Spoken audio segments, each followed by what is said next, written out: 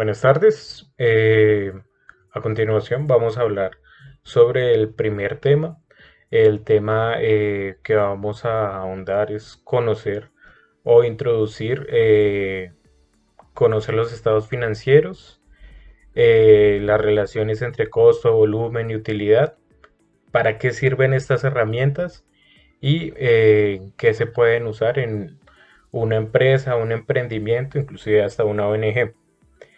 Eh, Nos pueden ayudar, los estados financieros nos pueden ayudar a analizar cualquier organización, eh, donde pues los principales herramientas que reflejan la situación económica y financiera de una organización son el estado de resultados, el balance general y el estado de flujo de efectivo.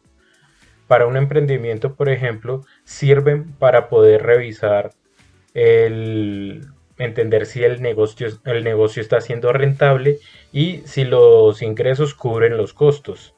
En una ONG nos puede ayudar para entender si el flujo de efectivo es viable, si se puede cumplir con proyectos y compromisos sociales.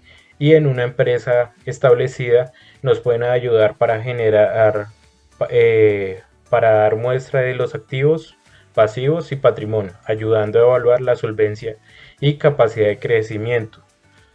Estos son herramientas que nos ayudan a entender, o que las podemos correlacionar con el siguiente tema, que es la relación entre costo, volumen y utilidad.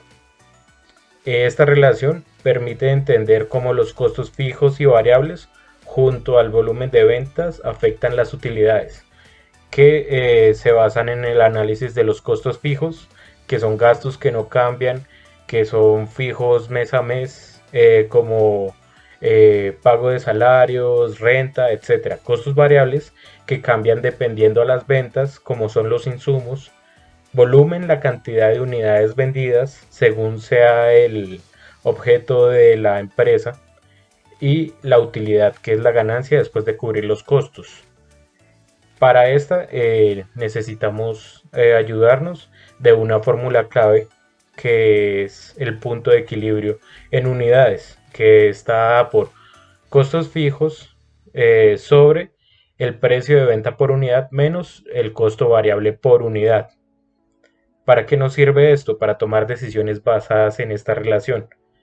Con el análisis, la empresa puede determinar el precio mínimo de venta para no generar pérdidas, o tener un rango del precio donde puede subir el precio, y en eventos especiales como temporada de ventas, de descuentos, etcétera, poder jugar con ese precio sin incurrir en pérdidas.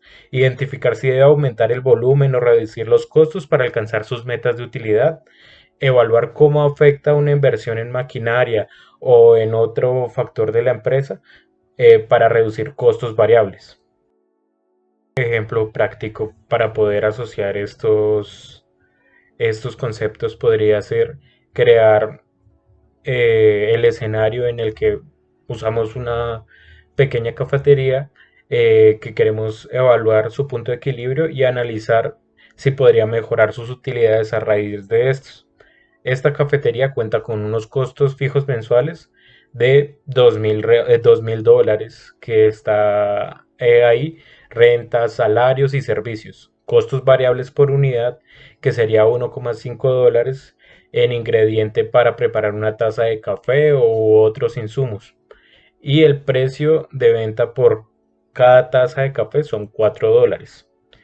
¿Qué vamos o qué buscamos con este ejercicio? Pues determinar cuántas tazas de café se deben de vender al mes para poder alcanzar el punto de equilibrio, y evaluar la estrategia para poder aumentar la utilidad, y analizar a partir de qué punto somos rentables.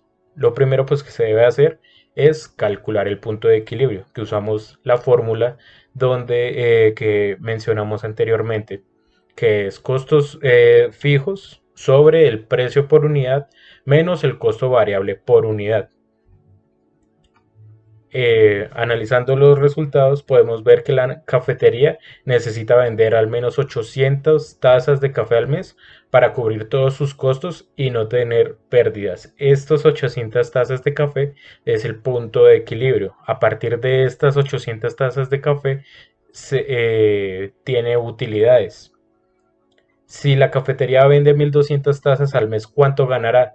Primero, pues calculamos la utilidad total que se calcula con el precio por unidad menos el costo variable por unidad. Eso lo multiplicamos por las unidades vendidas menos los costos fijos, que nos da el resultado de que si la cafetería vende 1200 tazas, generaría una utilidad neta de $1000 al mes. Ahora, teniendo estos resultados, ¿qué decisiones estratégicas podemos tomar para la cafetería? Puede tomar las siguientes decisiones, que son reducir costos variables, que sería renegociar con los proveedores quienes dan los insumos, renegociar los costos de los ingredientes para, sin cambiar el precio, obtener mayor utilidad o reducir el punto de equilibrio para iniciar a tener utilidades antes, incrementar las ventas, implementando promociones, etcétera.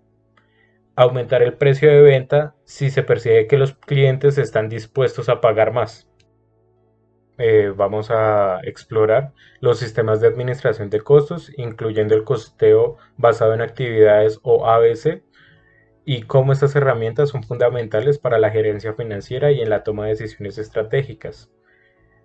Eh, ¿Qué es un sistema de administración de costos? Un sistema de administración de costos es un conjunto de herramientas o métodos eh, que nos permite identificar y medir y asimismo gestionar sus costos. Ayuda a asignar los costos directos e indirectos de los productos, servicios o actividades específicas dentro de una organización. ¿Qué tipos de sistemas de costos tenemos? El costeo tradicional, que asigna costos indirectos basándose en un solo criterio, como son horas trabajadas, volumen producido, y suele ser demasiado impreciso. O el costeo basado en actividades, que distribuye los costos indirectos en función a la actividad específica que consume estos recursos. Es mucho más detallado, preciso y un poco más extenso. ¿Cuál es la utilidad para la gerencia financiera del uso de estas herramientas? La mejor comprensión en costos, ya que un sistema de administración de costos ayuda a entender de dónde provienen estos costos y cómo se comportan. Asimismo, esto facilita identificar lugares donde van recursos y son ineficientes y áreas posiblemente mejorables. La mejor toma de decisiones es a partir de utilizar estas herramientas para detallar lo más posible de dónde vienen los costos, para así también determinar la rentabilidad real de los productos o servicios, si darle prioridad o no a alguno de estos productos, si eliminar productos que no son rentables o establecer precios más competitivos basado en datos reales. Las estrategias de optimización, que con el costeo ABC es posible identificar actividades que consumen demasiados recursos y buscar formas de reducir su impacto, ya sea automatizando procesos o eliminando actividades que no generen valor para estos mismos.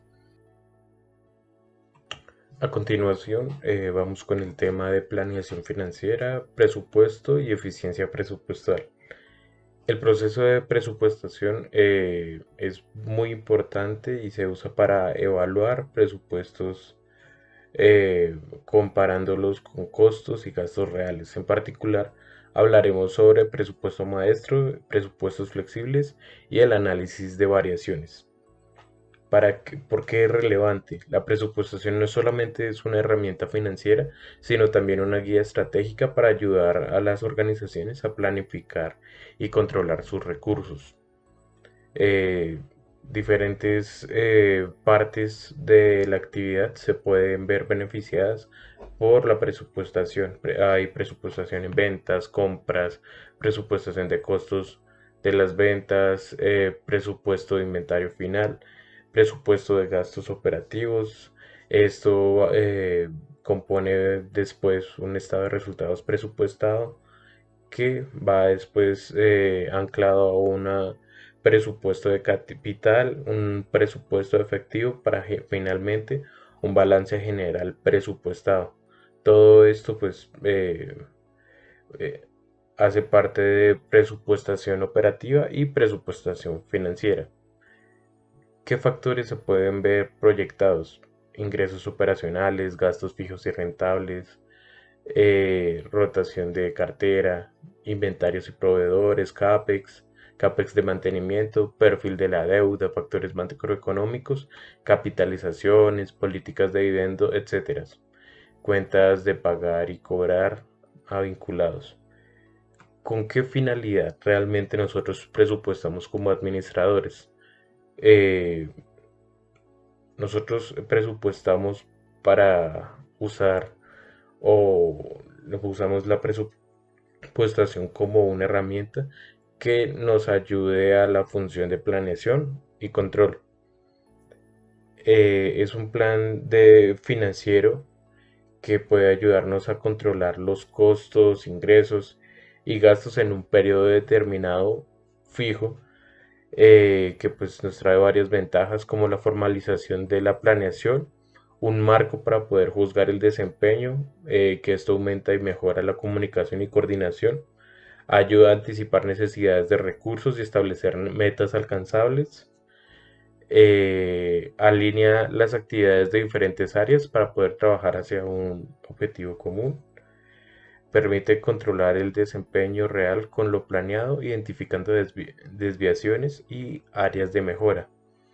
Aquí encontramos también pues el presupuesto maestro. El presupuesto maestro integra todos los presupuestos de una organización, desde el operativo hasta el financiero, ya que este incluye pues el operativo como lo nombramos anteriormente, es todo lo que se encarga de ventas, producción, compras, etcétera. Y el financiero es la presupuestación eh, de flujo de efectivo, estados de resultados y balances proyectados. Eh, en sí el presupuesto maestro es un plan financiero que abarca todas las operaciones de una organización durante un periodo específico, usualmente suele ser un año, y pues este se basa en los niveles esperados de actividad eh, que se establecieron a inicio, por ejemplo, de un periodo para finalmente dar o analizar el rendimiento de esto. Los componentes principales, como ya lo comentamos, es el presupuesto operativo y el financiero. Una vez elaborado, el presupuesto maestro no cambia, incluso si las condiciones reales varían. Si se producen más o menos de lo planeado, se usará finalmente pues para llegar a una conclusión positiva o negativa respecto a lo esperado con lo real.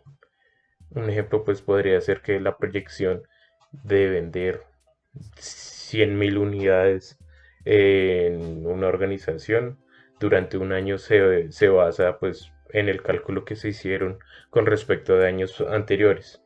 Pero si en realidad se venden 12.000 unidades, el presupuesto maestro no se ajusta para nada, ya que pues tiene que ser sólido o inflexible hasta la terminación del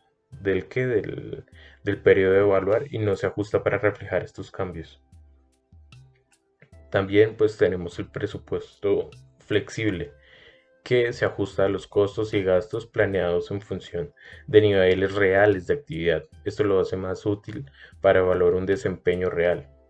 Por ejemplo, si una fábrica produce más de lo esperado, con el presupuesto flexible se puede recalcular los costos en función del volumen y analizar en tiempo real su cambio y analizar si este es útil o no.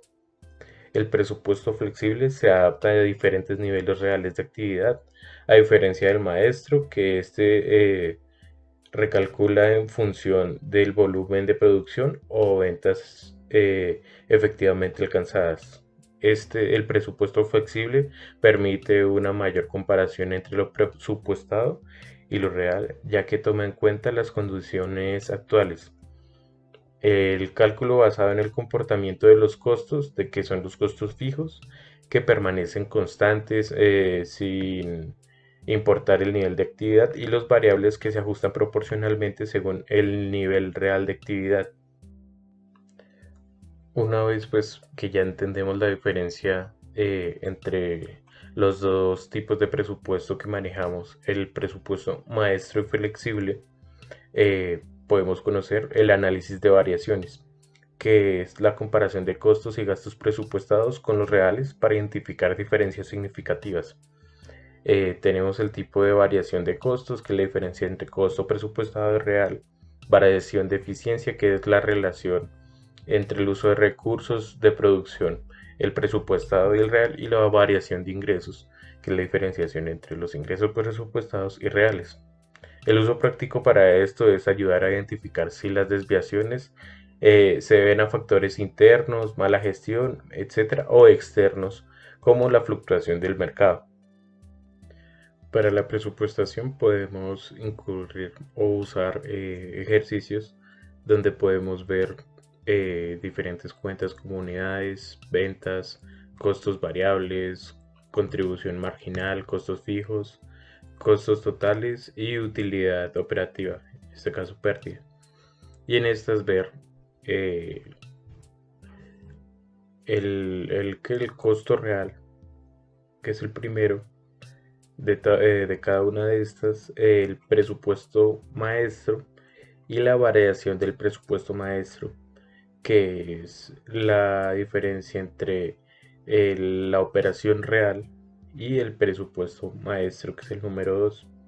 Y así mismo poder identificar si en ese momento es D, que significa pues que la variación es desfavorable de los costos, que ocurren cuando pues los costos reales son más altos que los costos presupuestados, o F, que son favorables, que la variación es favorable de los costos, que ocurren cuando los costos reales son más bajos que los costos presupuestados. Ahora, mirando en el presupuesto eh, con la fórmula del presupuesto flexible, podemos llegar a analizar esto en varios niveles de ventas o actividad productiva, donde podemos ver cómo se comporta la organización en un nivel de operatividad donde hay 7.000 unidades, 8.000 unidades o 9.000 unidades. Asimismo van a variar los costos variables, que son los que dependen según el nivel de producción, la contribución marginal, los costos fijos que sí no se alteran en base al nivel de la producción, y asimismo finalmente evaluar la utilidad operativa. Con el presupuesto flexible podemos asimismo proyectarnos utilizando esta herramienta, que aquí vemos la variación de unidades, la variación en la venta, la variación en los costos variables dependientes de la operación, costos fijos que siempre suelen ser constantes, y la utilidad dentro de la operación.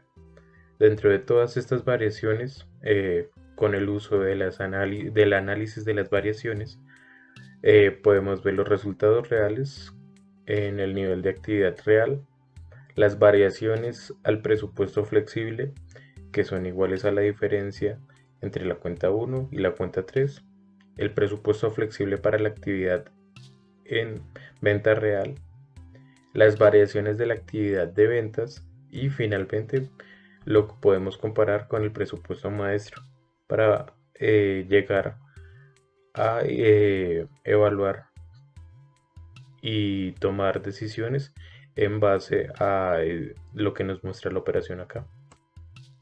Creo que para poder entender mejor la diferencia entre estos dos presupuestos, podemos usar una analogía que vendría siendo un viaje en vehículo.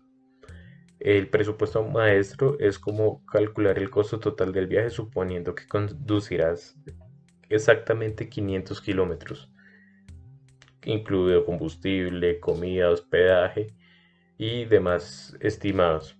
No cambia aunque al final conduzcas más o menos o hayan eventualidades en el camino que te hagan recorrer más o menos kilómetros. En el presupuesto flexible se ajusta el costo del viaje si en realidad pues conduces 600 o 450 kilómetros. En orden a esto se va recalculando el gasto de combustible en función de los kilómetros realmente recorridos, eventualidades, mientras que otros costos como el hospedaje, costos fijos, permanecen totalmente constantes. La principal diferencia es que el presupuesto maestro es un plan estático ideal para la planificación inicial, mientras que el flexible es una herramienta dinámica que se utiliza para evaluar el desempeño real y controlar costos durante y después del periodo presupuestado, siendo dinámico con los costos variables.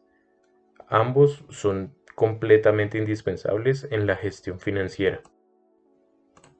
Seguimos con el tema de opciones financieras, donde pues vamos a responder para qué se han desarrollado los contratos de opciones financieras, qué tan usados son y cómo podemos usarlos y aprovecharlos.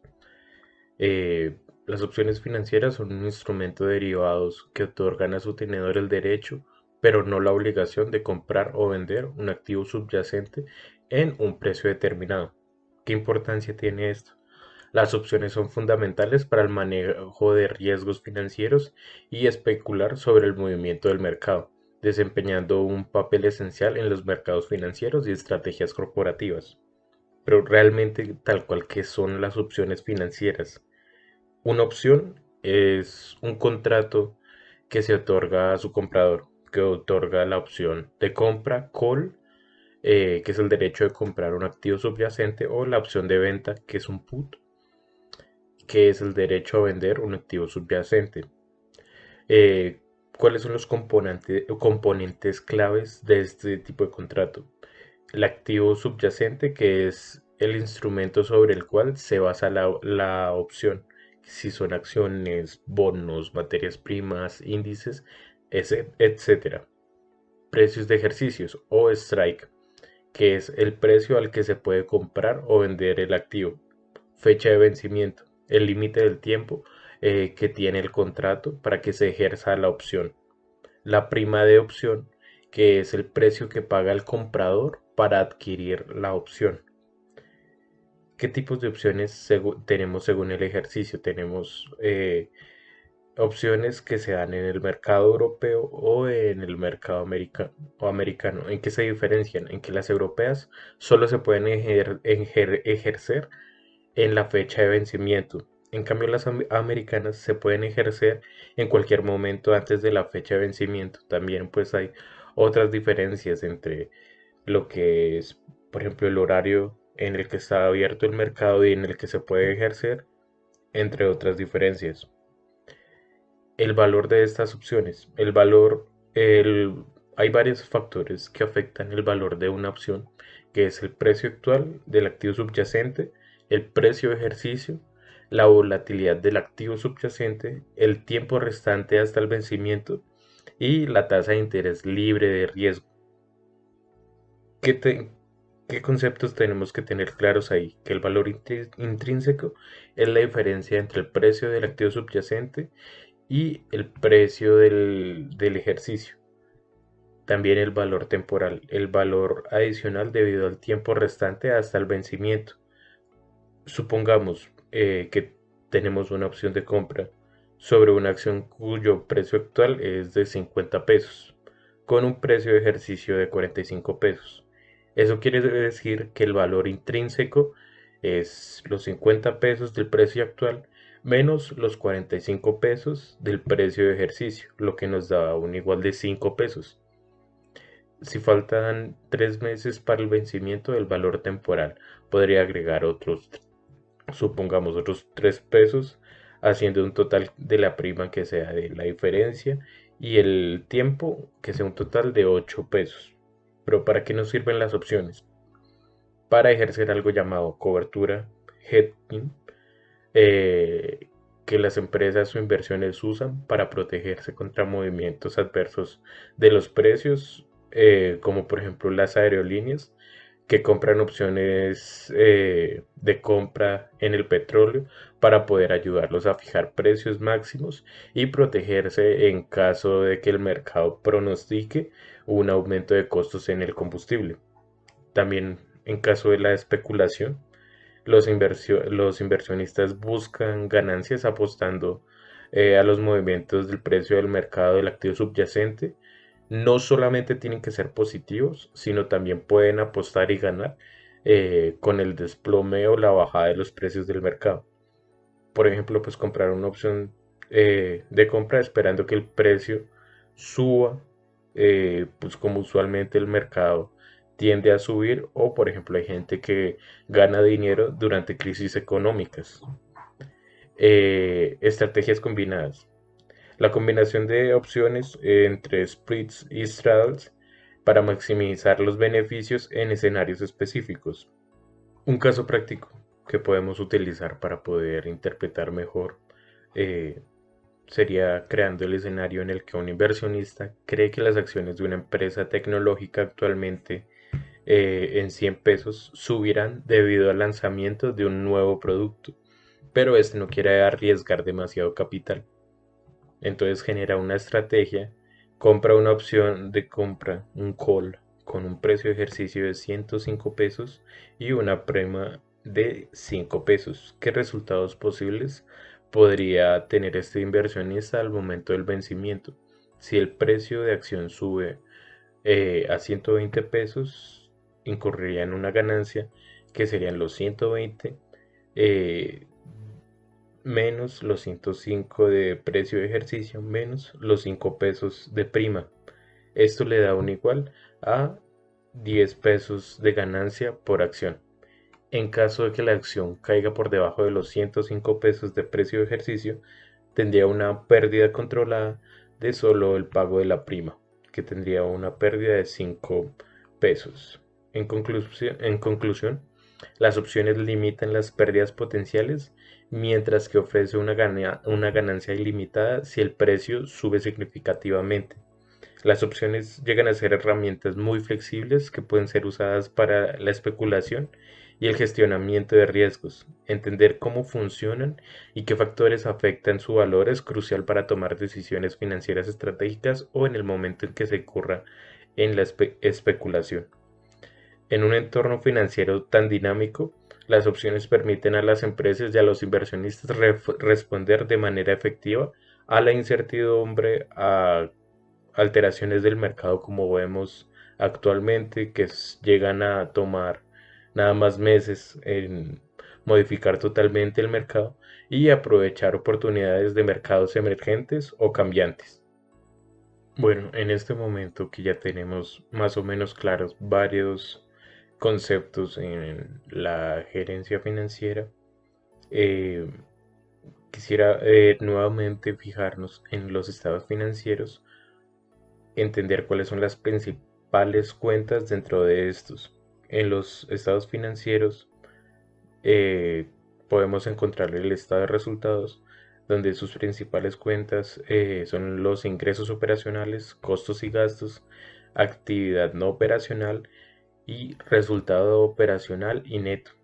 Tenemos activos, que es cartera, inventario, bienes terminados para la venta, inversiones permanentes y temporales, propiedad, planta y equipo, cuentas por cobrar a socios y vinculados, impuestos. Tenemos fuentes de apalancamiento, que son créditos bancarios de corto y largo plazo, financiamiento por proveedores, obligaciones laborales, cuentas por pagar a socios y vinculados, asimismo como impuestos. Respaldo patrimonial, que es capital ya pago o reservas o utilidades acumuladas. También tenemos el flujo de caja, que es el efectivo neto generado por la operación, rotación de cartera, rotación de inventarios, rotación de proveedores y rentabilidad. También tenemos el flujo de caja libre, que es el CAPEX y otras inversiones. En el estado de resultados, que es ingresos operacionales, costos y gastos, actividad no operacional y resultado operacional neto, eh, podemos evaluarlo por tendencias, concentración en clientes, estacionalidad en ventas, clientes estatales, ventas nacionales e internacionales.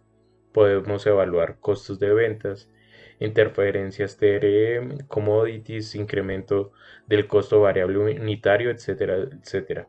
También podemos con este evaluar márgenes operacionales, EBITDA y EBITDA neto u otra. Cobertura del EBITDA sobre el servicio de la deuda financiera, ingresos y gastos no operacionales, sean financieros, gastos en diferencia en el cambio, utilidad, pérdida, venta de activos, etc. También podemos evaluar el origen de la utilidad obtenida. En los activos, que recordamos cartera, inventario, bienes terminados para la venta, inversiones permanentes y temporales, propiedad, planta y equipo, cuentas por cobrar a socios y vinculados y también impuestos. ¿Qué aspecto podemos evaluar? La calidad de la cartera, cartera vencida, concentración de clientes específicos, cobertura de provisiones. También podemos evaluar la rotación de inventarios, inventarios obsolescentes, calidad de inventarios, detalle y calidad de las inversiones permanentes y temporales. También el detalle de propiedad, planta y equipo, congruencia del gasto de la depreciación con la depreciación acumulada, CAPEX proyectado. También podemos evaluar la participación y calidad de las cuentas por cobrar a socios y o vinculados económicos. También podemos evaluar la concordancia de los impuestos de renta diferido al activo y al pasivo. Las fuentes de apalancamiento, que son créditos bancarios de corto y largo plazo, proveedores. Podemos apalancarnos por obligaciones financieras, cuentas por pagar a socios y vinculados e impuestos. ¿Qué aspectos tenemos a evaluar? El perfil de la deuda en centrales de riesgo versus la información de estados financieros, análisis de endeudamiento, indicadores de endeudamiento, cupos y saldos en el sector financiero. Tenemos, podemos evaluar la rotación de estos proveedores, endeudamiento con los proveedores, rotación de obligaciones laborales, en especial pues empresas temporales, participación y calidad de cuentas por pagar a socios y o vinculados económicamente, vinculados económicos y concordancia de los impuestos de renta, diferido activo y pasivo. El siguiente tema es el financiamiento. El primer financiamiento que veremos es el financiamiento mediante la emisión de capital. ¿Cuáles son las diferentes formas de financiación con emisión de capital? Tenemos Private Equity y Venture Capital, que es la financiación a través de inversiones privados, que es ideal para empresas en crecimiento, en estado inicial o startups. En estas podemos conocer diferentes tipos de inversores o en diferentes momentos, que estos incurren en variedad de situaciones. Tenemos, por ejemplo, los angel investors o inversionistas ángeles, que usualmente suele ser un inversionista individual, usualmente para startups, que pues agrega capital y experiencia, que da igual pues para se ve traducido en equity y control. Las venture capital firms que usualmente pues están enfocados en invertir en startups o en empresas muy nuevas. Costo menos, o sea, el costo para la empresa es pues un impuesto o una comisión de management.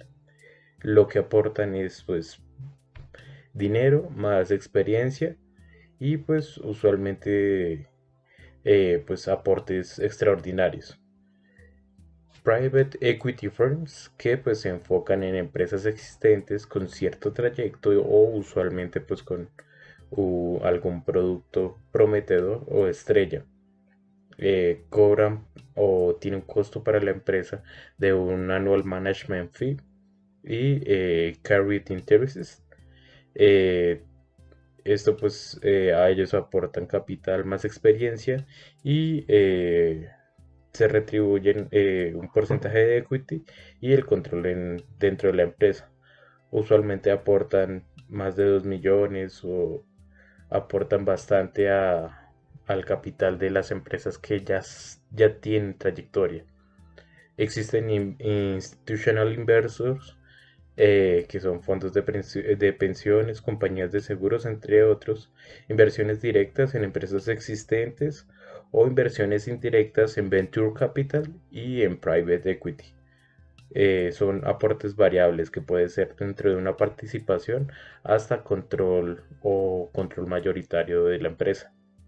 También existe pues los corporate investors que se enfocan más que todo en startups y empresas existentes. Eh, Suelen ser inversiones en objetivos estratégicos corporativos o que aseguren un gran retorno de inversión. Tenemos también los outside inversors que pues suelen dedicarse a venta de acciones adicionales o se centran más que todo en el beneficio. Tenemos también pues la oferta pública inicial, la IPO, que es el momento en el que la empresa va a salir al público, inicia a vender acciones al público, pues tiene un acceso masivo a capital, pero pues lo que pasa es que tiene que incurrir en costos elevados de regulación y disolución de control de la empresa, porque pues está cediendo participación y la capacidad de toma de decisiones prioritaria. Pues el costo relación riesgo en el financiamiento por capital, vemos que el costo es mayor que la deuda, costos de emisión alto y dividendos no deducibles, y el riesgo pues suele ser menor para la empresa, ya que no hay una obligación de reembolso fijo. Pues en resumen, emitir capital es una herramienta poderosa, pero pues debe usarse con cuidado debido a los altos costos y la dilución de propiedad. El siguiente tipo de deuda es, o de financiamiento, es el financiamiento por medio de deuda. Eh, las empresas pues suelen acceder a este financiamiento de diferentes maneras, que estas dependen de las necesidades que tengan las empresas o del perfil de riesgo que estén dispuestas a asumir. Estas formas incluyen préstamos bancarios, que es el crédito tradicional. Este es ofrecido por bancos con términos como tasas de interés fija, variable y plazos definidos. Este suele ser muy común o suele ser tomado por pymes, pequeñas y medianas empresas, debido a la flexibilidad que este ofrece. También está la emisión de bonos corporativos, que son instrumentos de deuda a largo plazo emitidos por empresas para recaudar fondos. Los inversionistas suelen comprar estos bonos prestando dinero a la empresa, que se compromete a pagar intereses periódicamente y devolver el capital al vencimiento de estos. Tiene una gran ventaja, que suele tener un costo más bajo que los préstamos bancarios en empresas con muy buena calificación crediticia. También existen las líneas de crédito, que estas permiten un acceso flexible al financiamiento hasta un límite máximo. Esta se paga en interés solamente sobre la cantidad que utiliza, y este suele ser muy útil para cubrir necesidades a corto plazo, como capital de trabajo o diferentes necesidades que pueden darse en caso de que necesiten financiación operacional. Existe también la deuda convertible, que son bonos que pueden convertirse en acciones según condiciones preestablecidas. Tiene un gran beneficio, que puede atraer inversionistas al ofrecer un posible retorno en acciones u o participaciones. Dentro de este tipo de financiamiento encontramos también el financiamiento con deuda corporativa y diferencias de este. Existen pues los bonos corporativos asegurados y no asegurados. Existen las notas que estas son maturities inferiores a 10 años o debentures que son cláusulas restrictivas de seniority de deuda. Estas son sin garantía o no tienen garantía específica, son mucho más riesgosos y suelen ofrecerse a tasas de interés mucho más altas.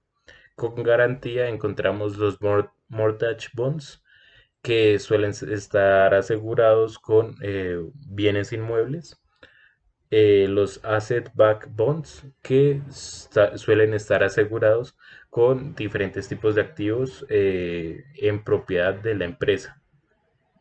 También tenemos otro tipo de deuda, como lo es la deuda pública, que esta la solemos encontrar eh, en diferentes opciones.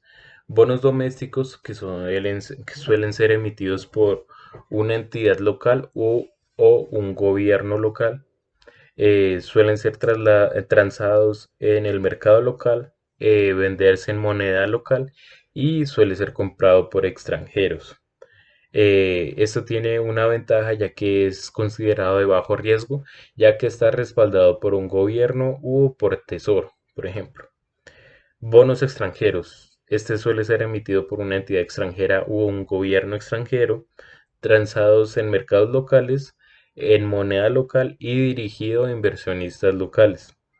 Este suele ser pues más riesgoso, ya que este tiende a estar expuesto a mayores fluctuaciones cambiarias. Por último, pues tenemos los bonos globales, que estos bonos globales suele ser una combinación de bonos locales y extranjeros. Estos suelen ser ofrecidos en venta en diferentes lugares y así como tenía de riesgo, los bonos extranjeros suelen ser más expuestos a fluctuaciones cambiarias.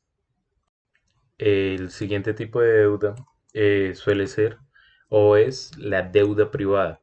La deuda privada se refiere al financiamiento obtenido por fuera de los mercados públicos. Algunos de los ejemplos dentro de estos es los préstamos sindicados, que suelen ser créditos muy grandes o créditos bastante gordos, otorgados por grupos bancarios o grupos de bancos, usados por empresas que necesitan montos significativos y rápidos de capital. Los préstamos mezzanine, que es una forma híbrida que combina deuda y capital, ofrecen tasas de intereses más altas porque suelen ser subordinadas, y la deuda privada directa, que esta es dada por un financiamiento de inversionistas privados como fondos de deuda. Generalmente estos están estructurados para adaptarse a necesidades específicas del prestatario. Algo importante aquí también es identificar cómo el prestamista puede ser catalogado como un buen prestamista o un mal prestamista. Viene a darse por el nivel de riesgo que este signifique, que es la capacidad de responder con el crédito o con el préstamo. Las calificaciones de riesgo son evaluaciones otorgadas por agencias especializadas como Moody's, Standard Poor's, que es S&P, Fitch Ratings, etcétera. Estas califican la capacidad de la empresa o del gobierno para poder cumplir con sus obligaciones de deuda. ¿Cómo funcionan? Estas analizan los factores financieros como flujo de caja, niveles de deuda, liquidez y rentabilidad. Se consideran factores externos como condiciones del mercado y estabilidad dentro del sector. Estas vienen a estar separadas por escalas de calificación o suelen estar divididas en grado de inversión, bajo riesgo y grado especulativo de alto riesgo. En el grado de inversión, que suelen estar AAA, AA, una triple B, que son con alta probabilidad de pago, es decir, tienen una muy buena capacidad de pago de sus obligaciones de deuda. Luego está el grado especulativo, que es W, B, triple C, que tienen mayor riesgo de impago. ¿Qué implica esto o qué impacto tiene en el costo de la deuda? Pues que las empresas con calificaciones altas obtienen financiamiento mucho más barato debido a que estos significan un menor riesgo de impago o perciben un menor riesgo.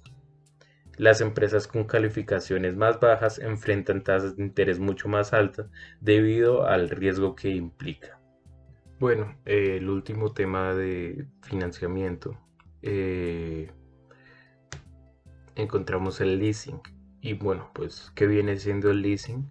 Es el arrendamiento financiero, que este es un contrato mediante el cual una empresa obtiene el derecho a usar un activo a cambio de pagos periódicos, sin necesidad de comprarlo directamente.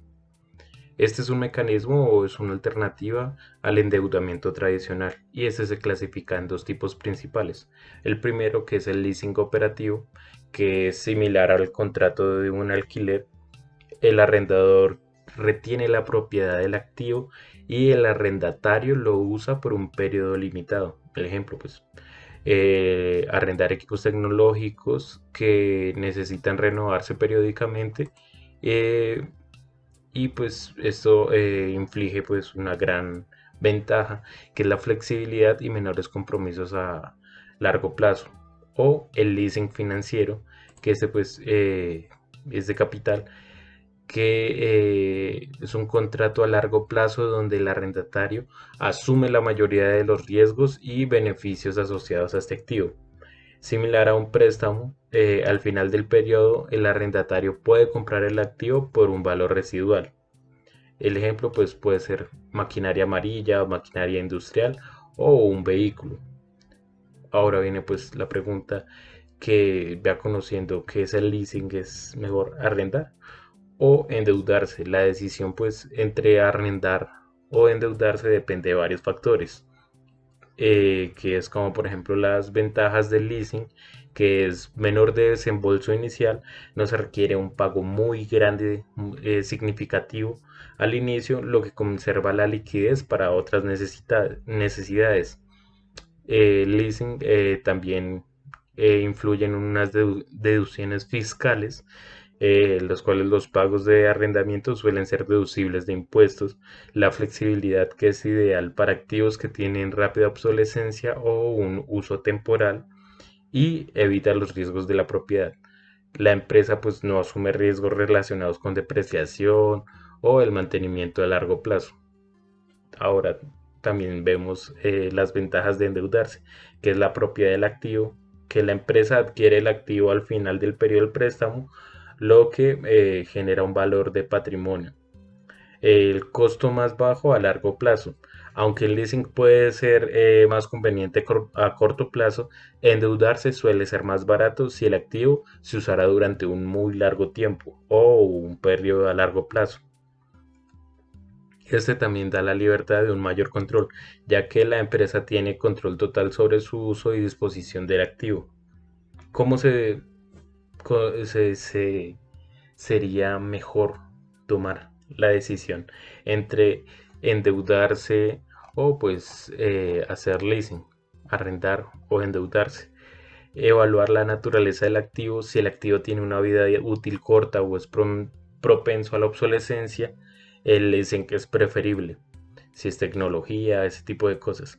Si el activo tiene una vida útil larga y genera ingresos constantes como maquinaria o inmuebles, endeudarse para comprarlos puede ser más beneficioso. Analizar pues el flujo de caja, qué tan flexible es para nosotros pues tener una deuda. Si la empresa enfrenta restricciones de liquidez, el leasing puede ser la mejor opción, ya que no tiene grandes pagos iniciales. Considerar los costos fiscales, o sea, cuál es más beneficioso para mí a largo plazo, que es determinar cuál opción ofrece mayores beneficios fiscales, ya sea la deducción por los pagos de arrendamiento o de leasing o el interés de préstamo. Y también pues que cualquiera de estas dos opciones puede generar un riesgo financiero. El leasing produce o reduce los compromisos a largo plazo, mientras que el endeudamiento puede aumentar la carga financiera y el riesgo de incumplimiento. Bueno, en las empresas, pues también una decisión importante o un capítulo importante para conocer son qué son las fusiones y adquisiciones. Las fusiones son cuando dos empresas se combinan para formar una nueva entidad. Por ejemplo, una fusión de empresas complementarias para generar sinergias. O una adquisición es cuando una empresa compra otra o una parte significativa de esta y asume el control. Puede ser amigable por acuerdo mutuo o una adquisición hostil sin el consentimiento de la junta directiva de la empresa adquirida y pues por medio de compra de participación que es pública. ¿Qué tipos de fusiones y adquisiciones existen? Existen las fusiones horizontales entre empresas del mismo sector que compiten directamente. Puede ser dos cadenas de supermercados que se fusionan. ¿Con qué propósito serviría? Pues con el propósito de aumentar la participación del mercado y reducir la competencia. También existen las fusiones verticales, que es entre empresas que operan en diferentes etapas de la cadena de valor. Por ejemplo, un fabricante de automóviles adquiere un proveedor de piezas o incluso un proveedor de neumáticos. ¿Con qué propósito? Controla los costos y mejora la integración operativa. Las fusiones conglomeradas entre empresas de industrias no relacionadas. Una empresa de tecnología adquiere una cadena de restaurantes. ¿Con qué fin? Pues con el fin de diversificar, minimizar riesgos y acceder a nuevos mercados. ¿Qué motivaciones existen en los mercados aparte pues de lo que ya hemos visto para que una empresa u organización piense en fusiones y adquisiciones? Primero, sinergia. El valor combinado de las empresas es mayor que la suma de sus valores individuales. Un ejemplo, la reducción de costos operativos o aumentar los ingresos gracias a una colaboración de empresas del mismo mercado. Una expansión del mercado es el acceso a nuevos clientes o regiones geográficas. Puede ser en Greenfield o en Brownfield. Puede ser de muchas formas, pero puede ser la introducción a nuevos mercados. Adquisición de activos estratégicos, obtener tecnologías, talento, patentes, propiedades intelectuales claves o incluso clientes. Efectos fiscales, utilizar pérdidas fiscales de una empresa adquirida para reducir la carga tributaria en el grupo combinado. También pues por las economías de escala, la reducción de costos unitarios al operar en una escala mucho mayor. En el proceso de fusiones y adquisiciones. Primero, la identificación de la oportunidad. ¿Qué procesos, qué camino se debe recorrer para poder realizar una fusión u adquisición? Entonces, la identificación de la oportunidad, donde se evalúa las empresas, donde pues esté con un objetivo alineado con los objetivos estratégicos. La valoración de la empresa objetivo, métodos como el flujo de caja descontado, eh, el análisis de estado de resultados, análisis de caja y demás, y análisis de activos puede ayudar a valorar la empresa y ver qué tan susceptible o qué tan sinérgica puede ser para con la empresa como para con los objetivos de la empresa. Negociación y estructuración. Es donde pues se forma el acuerdo sobre el precio de adquisición y los términos, y aquí puede implicar pues pago en efectivo, acciones, combinaciones, bonds. La integración posterior a la fusión. Alinear operaciones, sistemas y cultura organizacional. A este paso es crítico para el éxito de la fusión, donde se pone, en el caso de una fusión, eh, se pone a andar la máquina después de que dos empresas con diferentes culturas organizacionales, métodos de trabajo, costos y costumbres se forman en una y tienen que enfrentar varios desafíos para generar sinergia y salir adelante, cumpliendo los objetivos por los cuales precisamente se hizo la fusión o la adquisición. Pero estas siempre suelen tener impactos. ¿Qué impactos suelen tener? Las fusiones y las adquisiciones suelen tener impactos financieros, eh, como primera medida. Para la empresa adquiriente tiene un riesgo financiero que es sobrepagar por la empresa objetivo. Probablemente puede ser la prima de adquisición o que se estimó de forma incorrecta, que no cumple al momento operacional. El incremento de la deuda si la adquisición se financia mediante apalancamiento.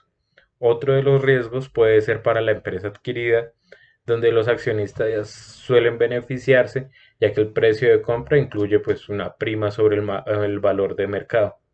Para los accionistas, eh, tiene un impacto financiero, pues obviamente, porque las fusiones bien ejecutadas generan valor. Sin embargo, las fusiones mal planeadas pueden destruir el valor. Fusiones hostiles y defensa contra las adquisiciones hostiles. Fusiones hostiles es cuando una empresa busca adquirir otra sin el consentimiento de la dirección o sin el consentimiento de la junta directiva. En este caso, pues podemos ver, el ejemplo de una empresa que está en la bolsa, una adquisición hostil, cuando un grupo o una empresa busca adquirirla comprando muchos de sus participaciones en bolsa a un precio mucho más bajo o comprando las más caras a preferencia de él. Es decir, que no las puedan vender al mercado, sino que se las vendan a él por un precio ligeramente mayor de al que está en el mercado. También podemos pues ver métodos o técnicas de defensa contra estas fusiones hostiles, que es píldora venenosa, emitir acciones adicionales para diluir el poder del adquiriente a mayor cantidad de acciones emitidas. Esto reduce el impacto de las acciones que ya adquirió la empresa que hace la fusión hostil. Caballero Blanco, buscar un adquiriente más amigable para evitar la adquisición hostil. Así la persona que está o la empresa que está intentando hacer la adquisición hostil, eh, si logra tener control en junta directiva, no va a ser total. También pues una cláusula antitoma de control, donde se modifican los estatutos para dificultar la adquisición. Es siempre positivo hacer la fusión o adquisición. Esto es relativo e implica unos pros y contras. Esto depende en qué momento la empresa se encuentre. Es decir, qué tan madura o en qué situación financiera se encuentra. Los pros: generar sinergias y valor agregado, la expansión de operaciones y diversificación y acceso a tecnología o activos estratégicos. Ahora, los contras. Cualquiera de estas dos opciones genera un riesgo, que es el riesgo de sobrevaluación del objetivo, problemas de integración cultural y operativa y el impacto negativo si las sinergias esperadas no se materializan. En general, las fusiones y adquisiciones son herramientas estratégicas poderosas para el crecimiento empresarial. Sin embargo, para que sean exitosas, deben basarse en una valoración muy precisa y detallada, eh, y una integración bien ejecutada. El equilibrio entre costos y beneficios de estas decisiones determinará si la fusión o adquisición crea valor o lo destruye. Para esto, herramientas anteriormente vistas son útiles, donde se puede utilizar estas herramientas para viabilizar los pros y los contras de ejercer o una fusión o una adquisición, o mejor, negarse a hacer alguna de estas dos. A continuación, pues vamos a tratar el tema de la financiarización de la economía real. Esto pues es una lectura de Mazzucato en la cual explica que la financiarización no se limita a los mercados financieros, sino que afecta la manera en que las empresas no financieras, es decir, aquellas que se dedican a actividades productivas, operan y crean valor. Este proceso distorsionado el propósito de las empresas, priorizando el retorno para los accionistas sobre la reinversión en innovación, empleados o crecimiento a largo plazo. Pero primero que todo, ¿qué es esta financiarización? La financiarización se refiere al creciente dominio de las finanzas en todos los aspectos de la economía. Eh, Incluye pues que la transformación de empresas productivas en estructuras centradas en maximizar el valor para los accionistas, o sea, el shareholder value maximization. La depreciación excesiva de actividades financieras como la recompra de acciones y la especulación en lugar de la inversión en innovación y producción real. El desbalance entre el sector financiero y la economía real, donde el primero extrae el valor en lugar de crearlo. ¿Qué efectos tiene esta financiarización en la economía real? Se identifican una serie de consecuencias negativas, como lo son el cambio y el propósito de las empresas, donde las empresas han pasado de priorizar el crecimiento sostenible a centrarse en el rendimiento financiero a corto plazo. Esto se refleja en el aumento de las recompras de acciones, las stock buybacks, donde las empresas gastan gran parte de su sustancia en inflar el precio de sus acciones en lugar de reinvertir en investigaciones, desarrollo I plus D o en la capacitación de los empleados. Esto que crea una reducción de la inversión productiva. Al priorizar las ganancias inmediatas, las empresas reducen el gasto de innovación en infraestructura y en capital humano. Un ejemplo puede ser en el sector farmacéutico. Más recursos se destinan a fusiones y adquisiciones que al desarrollo de nuevos medicamentos. Eso también, pues, ¿qué causa? La exacerbación de las desigualdades, donde los beneficios de la financiarización tiende a concentrarse en los accionistas y los ejecutivos, mientras que a los empleados y la sociedad en general reciben menos beneficios. Esto agrava las disparidades salariales y disminuye la calidad de empleo. También genera una distorsión en la medición del valor económico.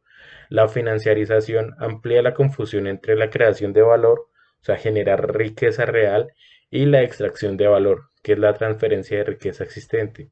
Muchas actividades financieras se presentan como generadores de valor, aunque en realidad no lo son. La financiarización y qué rol tiene esto en el sector financiero.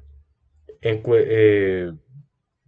en cuestión de tamaño y la influencia del sector financiero en relación con la contribución real al crecimiento económico real. En la lectura se critica esto ya que es meramente especulativo y no hay crecimiento real dentro de estas empresas.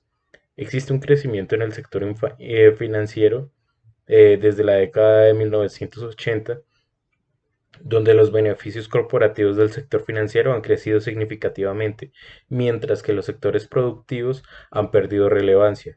¿Qué genera esto? Pues también un crédito improductivo. Una parte considerable del crédito no se dirige a los proyectos productivos y a la reinversión, sino a financiar bienes raíces, fusiones de adquisiciones y otros activos especulativos. En la lectura de Mazzucato, ¿qué se propone? Pues para revertir la financiarización. Para mitigar los efectos negativos de la financiarización, se propone una serie de cambios, como lo son reformar la gobernanza corporativa, el gobierno corporativo, eh, en donde se busca cambiar el enfoque de maximizar el valor para los accionistas hacia una perspectiva de interés público o stakeholders externos. Las empresas deben reinvertir en investigación y desarrollo para mejorar las condiciones laborales y priorizar el crecimiento sostenible, el crecimiento real. Regular la compra de acciones, limitar o prohibir la recompra que desvían recursos de la inversión productiva hacia la especulación accionaria. Redefinir el valor económico, que es desarrollar métricas que diferencien claramente entre las actividades que crean valor y aquellas que lo extraen, reconociendo el papel pues, de instituciones públicas y la colaboración entre sectores en la creación de valor. En la lectura también se propone rediseñar el sistema financiero, que esto sería incentivar el crédito para proyectos productivos que impulsen la innovación y el desarrollo sostenible y reducir la dependencia de los mercados financieros para financiar empresas. En resumen, pues creería que la crítica que hace la lectura a la financiarización ha desviado a las empresas de su propósito original, que es crear valor económico y social a través de las actividades productivas y el crecimiento interno. Sostiene que la transformación del sector empresarial lo revierte en una herramienta para maximizar el rendimiento financiero, lo cual ha perjudicado la inversión a largo plazo, fomentando desigualdades y limitando la innovación. Para revertir esta tendencia es esencial reformar tanto la gobernanza corporativa, lo que es el gobierno corporativo, así como el sistema financiero general. ¿Cuál es la importancia del gobierno corporativo en las acciones de la empresa? Sino también, pues, cuál es la importancia de la integración de factores sociales, éticos y ambientales en la toma de decisiones. Eh, pues vamos a desglosarlo en qué implicaciones tiene el gobierno corporativo en estas. ¿Qué implicaciones sociales tiene? Pues tiene impactos en los empleados y en sus comunidades. Las tendencias de las empresas tienden hacia la financiarización, donde las decisiones financieras como recompra de acciones o recortes de personal y reducir costos priorizan a los accionistas, pero perjudican a los empleados y comunidades. Es decir, el gobierno corporativo en estos casos se centra en entregar resultados cada poco tiempo para tener una buena visión de corto plazo para sus accionistas, más no lo hace viable a largo plazo. Por lo tanto, se ven afectados la sociedad, como son los empleados y las comunidades que dependen de estos mismos.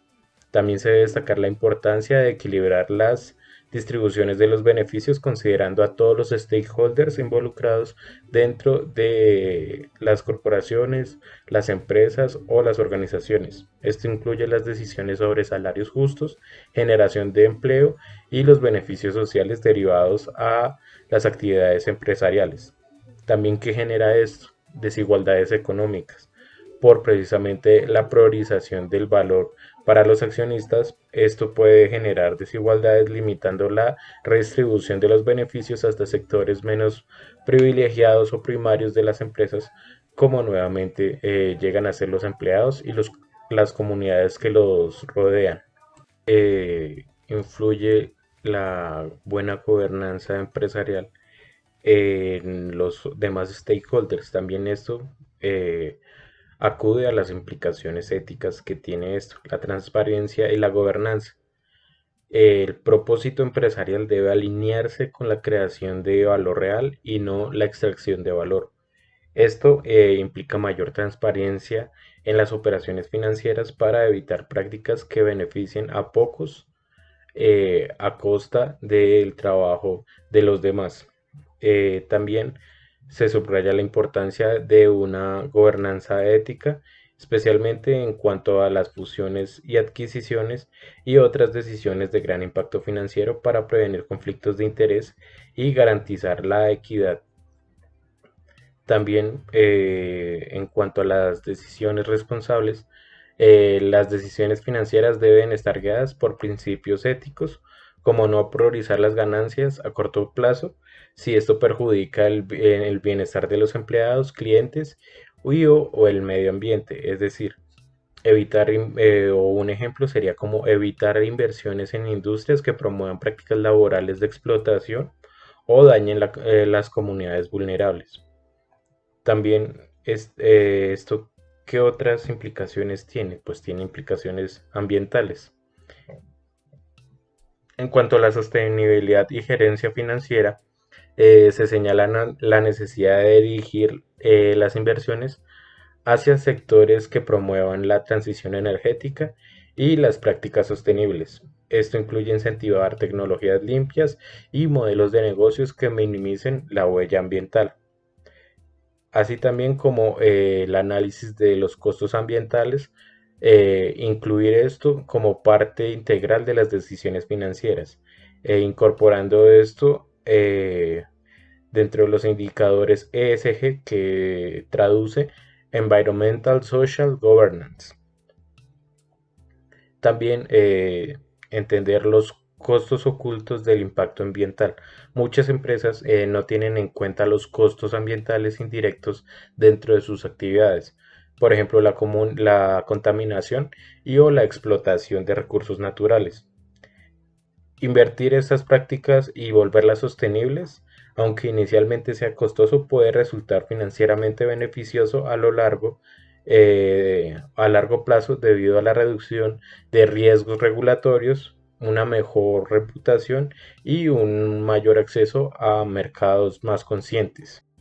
Por esto mismo, la gerencia financiera no puede centrarse exclusivamente en maximizar el valor para los accionistas, sino esto debe incorporar implicaciones sociales, éticas y ambientales en esencial para lograr un modelo de negocio sostenible y responsable. Tal es así, pues cambiar el propósito empresarial, que debe ser la creación de valor real, asimismo como proporcionar herramientas financieras que vayan alineadas con las prácticas verdes y de cambio que hagan mayor beneficio a todos los stakeholders.